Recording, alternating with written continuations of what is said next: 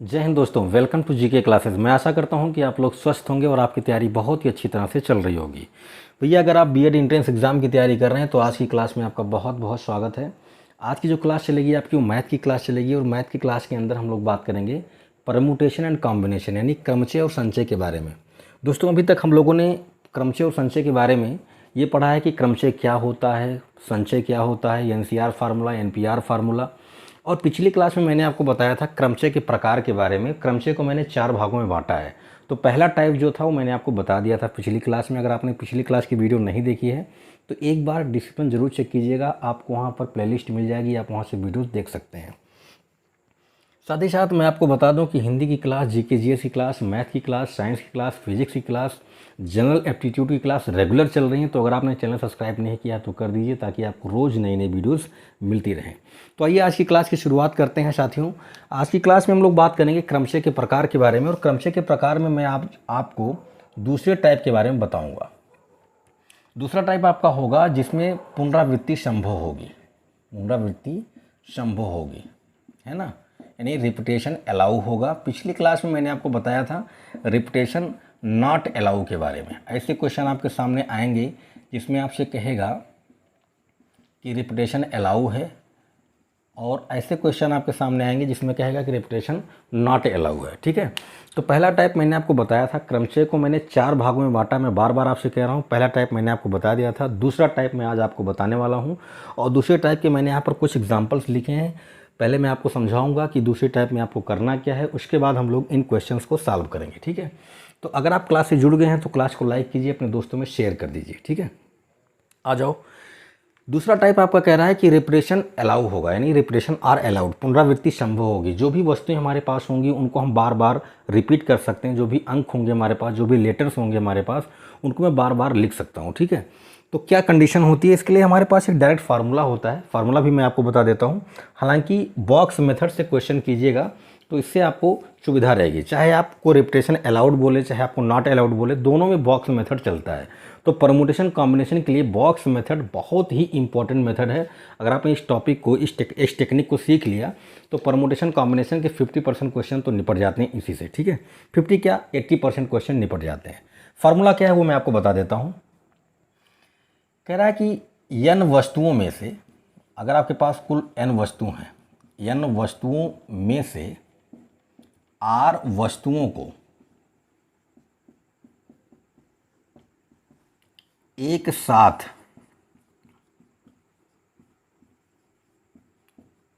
चुनने का क्रमचय, जबकि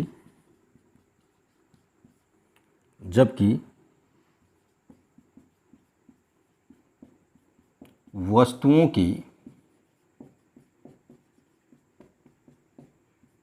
पुनरावृत्ति यानी रिपीटेशन संभव हो, ये होता है n पावर r।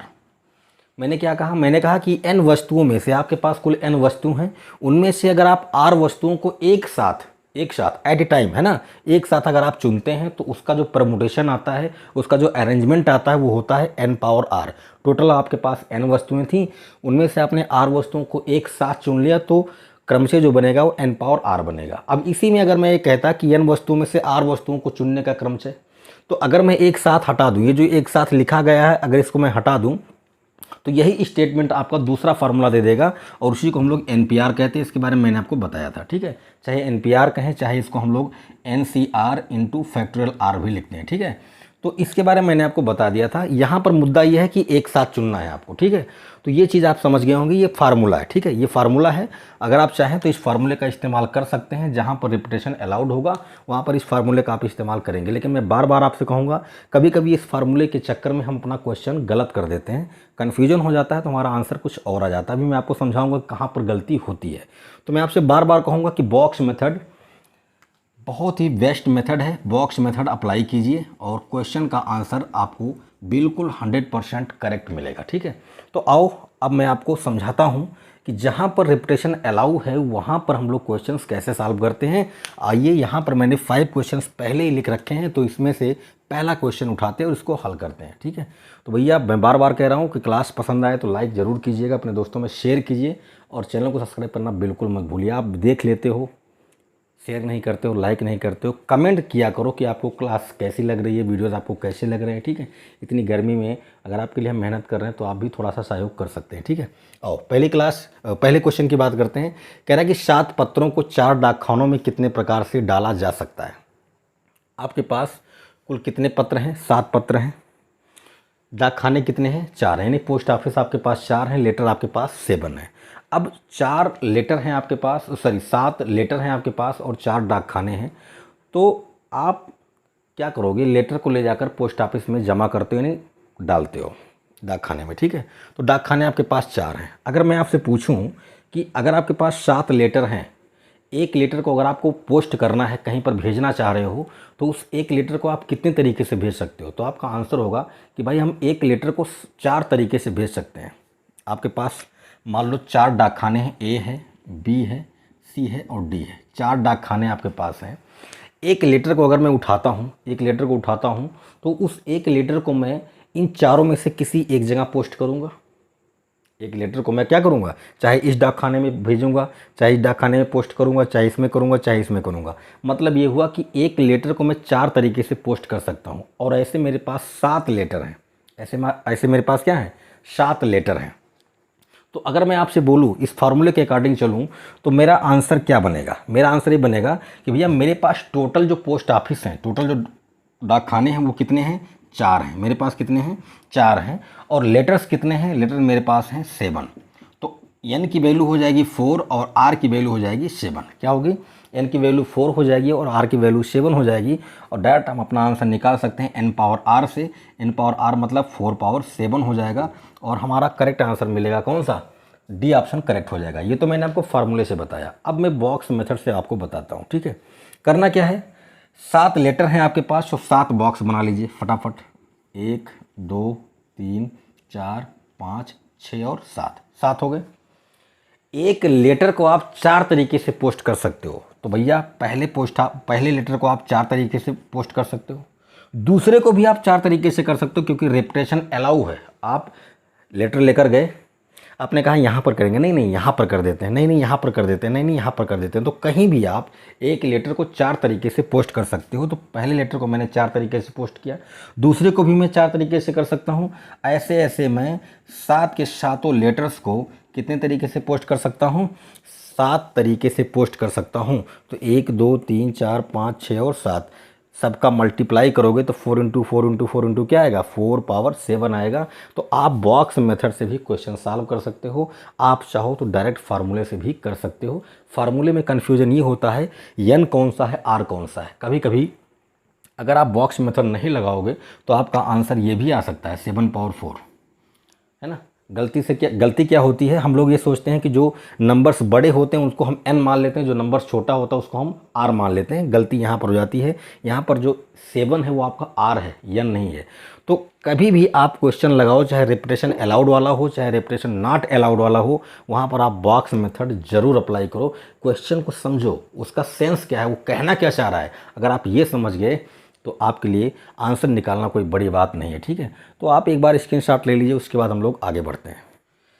चलिए दोस्तों, दूसरे क्वेश्चन की बात करते हैं। दूसरा का प्रश्न कह रहा है कि 5 6 7 8 9 अंकों की सहायता से 4 अंकों की कितनी संख्याएं बनाई जा सकती हैं जबकि पुनरावृत्ति संभव, मतलब रिपीटेशन अलाउड है। आप एक नंबर को चाहे जितनी बार लिखना चाहो आप लिख सकते हो। तो कुल आपके पास कितने डिजिट हैं? 1 2 3 4 5। आपके पास टोटल डिजिट हैं 5। और कितने डिजिट की नंबर्स बनानी है? 4 डिजिट की बनानी है, यानी एक संख्या 4 अंकों की बनानी है। तो भैया क्या करोगे? आप बॉक्स बना लो 4। मैंने बताया था ना, 1 2 3 और 4 हो गए। 4 अंकों की संख्या बनानी है। तो आप क्या करोगे? आपके पास यही 5 अंक हैं, इन्हीं में से आप इस्तेमाल करोगे और एक अंक को आप जितनी बार चाहो उतनी बार लिख सकते हो, क्योंकि उसने कह दिया कि रिपीटेशन अलाउ है। तो अगर मैं पहले खाने को भरना चाहूँ तो मेरे पास 5 अंक हैं, तो मैं इसको 5 तरीके से भर सकता हूँ। और रिपीटेशन अलाउ है, मतलब अगर मैंने यहाँ पर 6 को लिखा तो फिर से मैं 6 को लिख सकता हूँ। इसका मतलब कि फिर से अगर मैं इस खाने को भरना चाहूँ तो 5 तरीके से भर सकता हूँ, इसको भरना चाहूँ तो 5 तरीके से, इसको भरना चाहूँ 5 तरीके से, और सबका आपस में मल्टीप्लाई करोगे तो आएगा 5 पावर 4। आपका राइट आंसर हो जाएगा ऑप्शन ए, 5 पावर 4। बात समझ में आई या नहीं आई? ठीक है, क्या करना है भाई, 4 अंकों की संख्याएं बनानी थी, 4 बॉक्स बना लिए।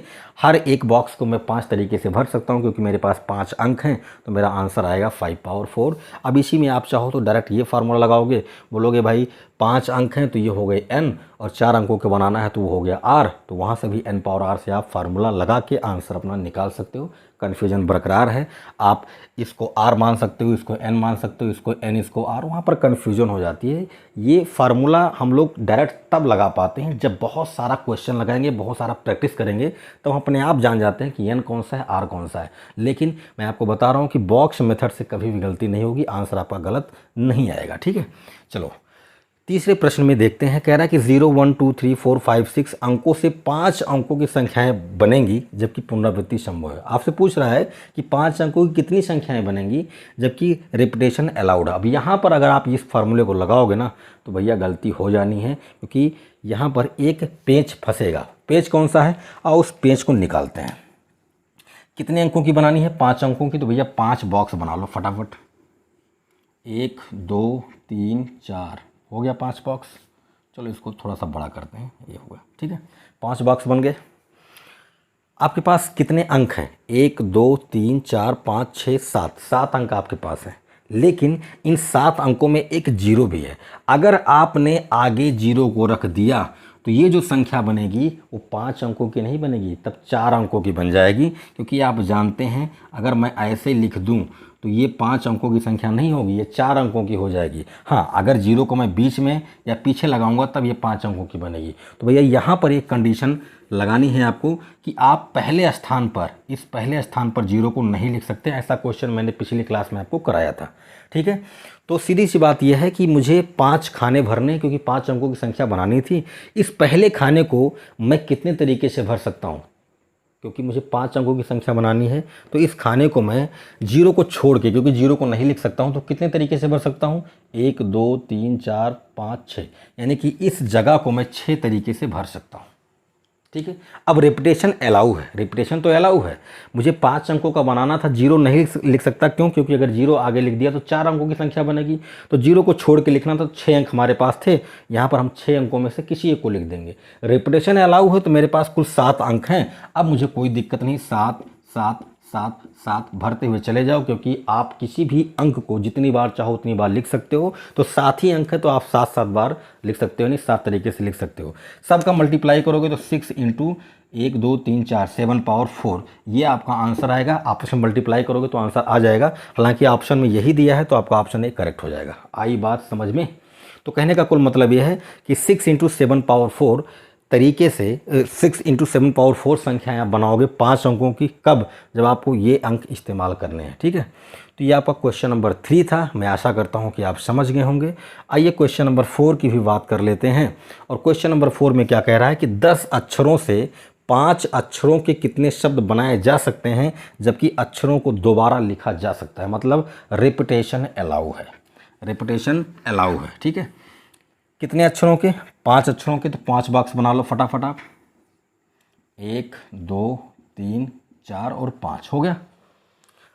कितने लेटर हैं आपके पास? 10 लेटर हैं। तो हर एक लेटर को आप कितने तरीके से लिख सकते हो, सॉरी हर एक बॉक्स को आप कितने तरीके से भर सकते हो? भाई आपके पास 10 अक्षर हैं, 10 अक्षर हैं, तो हर एक बॉक्स को मैं 10 तरीके से भर सकता हूँ। तो ये भी 10, ये भी 10, ये भी 10, ये भी 10 और ये भी 10। इन सब का आपस में मल्टीप्लाई करोगे तो 1 2 3 4 5 10 टू पावर 5 आएगा। आपका बी वाला ऑप्शन करेक्ट हो जाएगा। आई बात समझ में? बहुत ही सिंपल क्वेश्चंस आते हैं, बस आपको बॉक्स मेथड आना चाहिए। अब आप चाहो तो यहाँ पर डायरेक्ट फार्मूला भी लगा सकते हो। कह दोगे भाई n की वैल्यू 10 हो गई, r की वैल्यू 5 है, तो आपसे n पावर r लगा दोगे। n की वैल्यू 10 है, r की वैल्यू 5 है, तो तो आ जाएगा n पावर r से क्या 10 पावर 5। यहाँ से भी आंसर आपका वही आएगा, और चाहो तो आप बॉक्स मेथड लगाओगे तो वहाँ से भी आंसर आपका वही आएगा। तो भैया सीधी सी बात है, मैं बार बार आपसे कहूँगा कि बॉक्स मेथड सीखो, बॉक्स मेथड लगाओ, वहाँ से कोई भी गलती नहीं होगी आपसे, आंसर आपका एक्यूरेट आएगा, 100% करेक्ट आएगा। ठीक है, पांचवें प्रश्न की बात करें तो कह रहा है कि 4 अंगुलियों में 3 रिंग यानी अंगूठी को कितने प्रकार से पहना जा सकता है। तो इस क्वेश्चन को मैं आपके लिए छोड़ रहा हूँ, डू योर सेल्फ करेंगे आप और कमेंट करके अपना आंसर बताएंगे कि आपका आंसर क्या आया है। 4 उंगलियां हैं और 3 अंगूठी हैं, आप 4 उंगलियों में 3 अंगूठी को कितने प्रकार से पहन सकते हो, इस क्वेश्चन का आप आंसर ज़रूर देंगे, कमेंट करेंगे और अपना आंसर बताएंगे। जो भी सही आंसर देगा उसका नेक्स्ट वीडियो में मैं नाम ज़रूर लूँगा। ठीक है, तो आज की क्लास को मैं यहीं पर रोकता हूँ क्योंकि गर्मी बहुत ज़्यादा है और छोटी क्लास रहेगी तो आपको देखने में भी इंटरेस्ट आता है, लंबी क्लास हो जाती है तो आप इंटरेस्ट नहीं लेते हो।